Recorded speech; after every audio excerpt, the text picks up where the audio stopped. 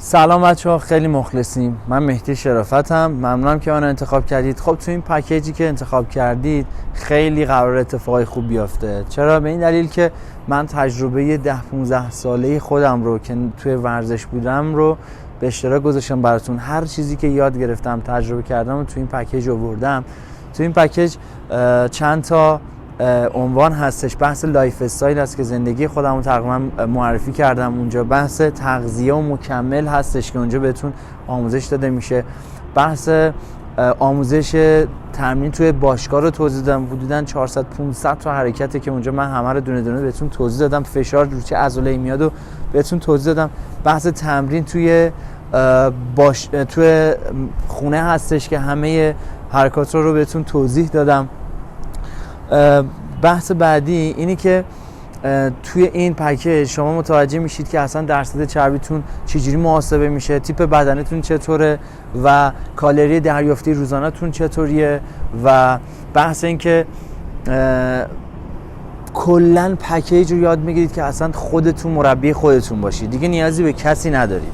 این یه نکته مهم. نکته بعدی که خیلی مهمتر از همه است، یه بحث مقدماتی داریم. یه فایلی به اسم مقدماتیه که اون چیه اصلا؟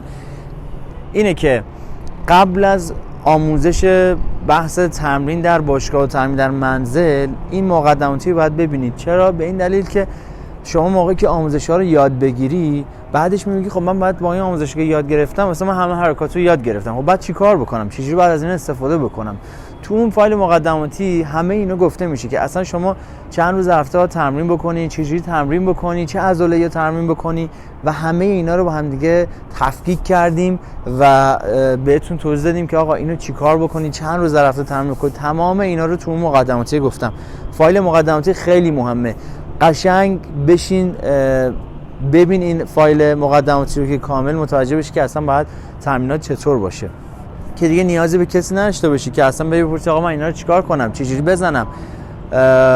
نیازی به هیچ کس نداری. دقیقاً همون چیزی که گفتم، مربی خودت میشی، به هیچ کس دیگه نیاز نداری. حتما یه ذره فرصت بذار، اهمیت بده به این موضوع. این پکیج رو کامل ببین که خیلی ارزشمنده. من تمام تجربه که داشتم تو این چند وقته رو تو این پکیج گذاشتم، پس هیچ جای پرتی نداره. همه رو استفاده بکن، به نفعته. خیلی مخلصیم. فعلا.